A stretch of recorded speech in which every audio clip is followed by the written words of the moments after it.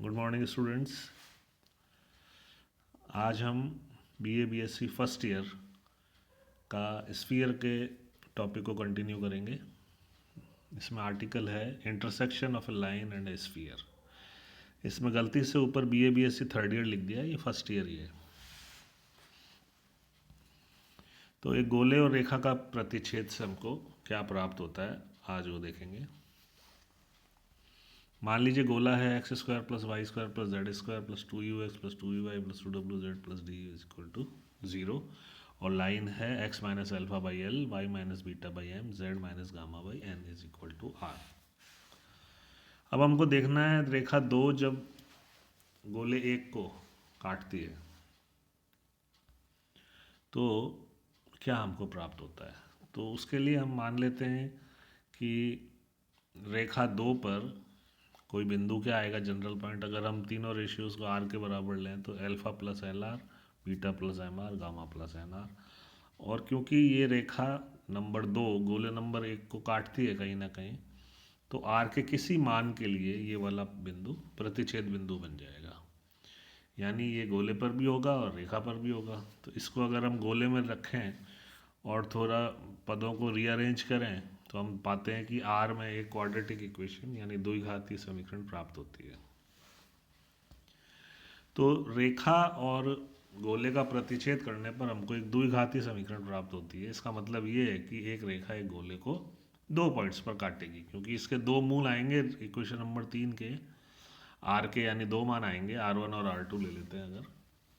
तो जब आप इस ऊपर जो प्रतिच्छेद बिंदु में आर की जगह R1 लिखेंगे तो एक पॉइंट मिल जाएगा और R2 लिखेंगे तो दूसरा पॉइंट मिल जाएगा। तो रेखा एक गोले को दो पॉइंट्स पर काटती है। अब ये पॉइंट्स रियल भी हो सकते हैं, काल्पनिक भी हो सकते हैं और संपाती भी हो सकते हैं, भिन्न भी हो सकते हैं, कैसे भी हो सकते हैं। वैसे भी हम जानते हैं कि एक रेखा एक वक्र को उतने ही बिंदुओं पर काटती है जितनी उस वक्र की घात हो।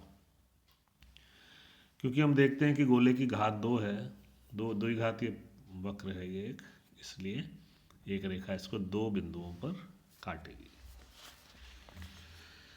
अब जैसा मैंने कहा ये बिंदु भिन्न भी हो सकते हैं और संपाती भी हो सकते हैं। तो गोले की स्पर्श रेखा वो रेखा होती है जो कि गोले को दो संपाती बिंदुओं पर काटती है। यानी R1 और R2 इक्वल हो जाए तो ये जो रेखा दो है ये गोले एक की स्पर्श रेखा बन जाएगी। और ये जो प्रतिच्छेद बिंदु अपन ने बनाया है alpha plus L R, beta plus M R, gamma plus N R, ये बन जाएगा स्पर्श बिंदु। अब स्पर्श तल क्या होगा। अब आप एक चीज़ यहाँ नोट करिए कि एक गोला थ्री डायमेंशनल फिगर है, इसके एक बिंदु पर अनेक स्पर्श रेखाएं बन सकती हैं।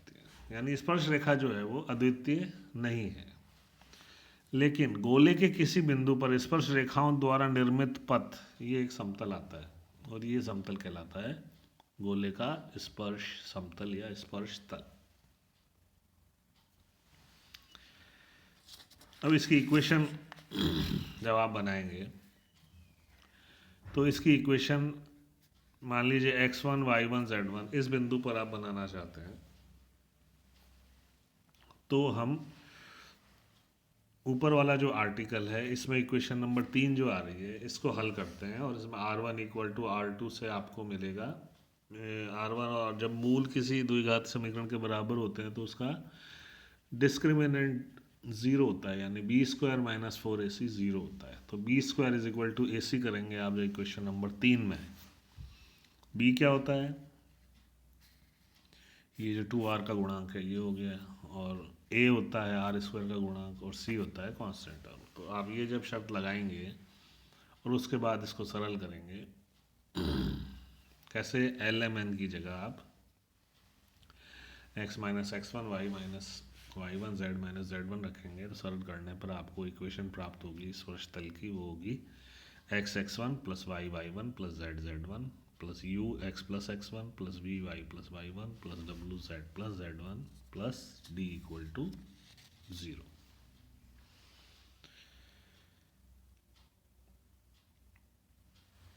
अब इसको निकालने का एक तरीका और भी है, वो ये है कि यदि हम गोले का केंद्र जो है अपनी -u -b -w इससे, और P पॉइंट जो है ये है स्पर्श बिंदु, तो ये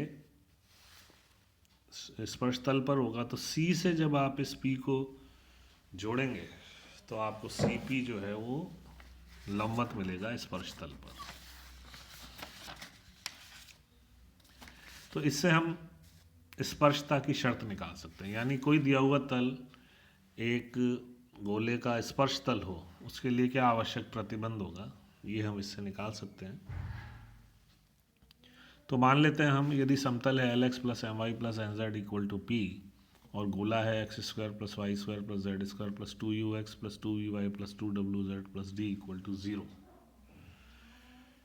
इसको अगर ये समतल स्पर्श करेगा तो आवश्यक प्रतिबंध अपने को ज्ञात करना है। तो वही जो अभी मैंने बताया, गोले के केंद्र से अगर समतल पर, गोले के केंद्र से यदि लंब डाला जाए समतल पर LX + MY + NZ = P पर, तो ये लंब की लंबाई त्रिज्या के बराबर आनी चाहिए, तब दिया हुआ समतल स्पर्श तल बन जाएगा। तो इसमें आप देखते हैं -u -v -w से जब आप LX + MY + NZ = P पर लंब डालेंगे, उसकी लंबाई कितनी आएगी, -ul -vm -wn -p/√L² + m² + n²। और स्पर्शता के लिए ज़रूरी है कि इस लंब की लंबाई आए त्रिज्या के बराबर, तो u² + v² + w² - t। अब आपको इसको याद रखने की ज़रूरत नहीं है, आप क्रॉस मल्टीप्लाई करके स्क्वायर कर दीजिए दोनों साइड और आपको आवश्यक शर्त मिल जाएगी। तो इसमें इस तरह के जब प्रश्न आए तो उनमें अपने को यही करना है कि गोले के केंद्र से दिए हुए समतल पर लंब डालना है, उसको गोले की त्रिज्या के बराबर इक्वेट करके सरल कर देना है, तो आवश्यक प्रतिबंध मिल जाता है। अगली डेफिनेशन है बिंदु की शक्ति, पावर ऑफ ए पॉइंट। इसकी डेफिनेशन है, यदि किसी स्थिर बिंदु से गुजरने वाली रेखा, जैसा चित्र आप देखिए, तो ए स्थिर बिंदु है, इससे गुजरने वाली रेखा गोले को P और Q दो बिंदुओं पर काट रही है, तो ए की जो शक्ति है वो कहलाएगी AP.AQ।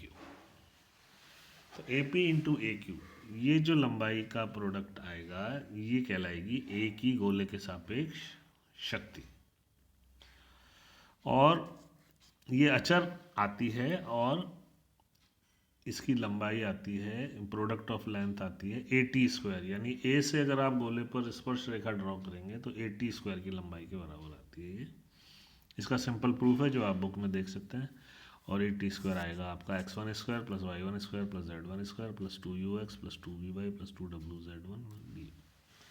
यानी गोले की समीकरण की जो लेफ्ट हैंड साइड है वहाँ x y z की जगह अगर आप पॉइंट A के निर्देशांक रख दें x1 y1 z1, तो आपको उस बिंदु की शक्ति मिल जाती है दिए हुए गोले के सापेक्ष, और ये बराबर होती है AT² के, और ये बराबर होती है AP.AQ के,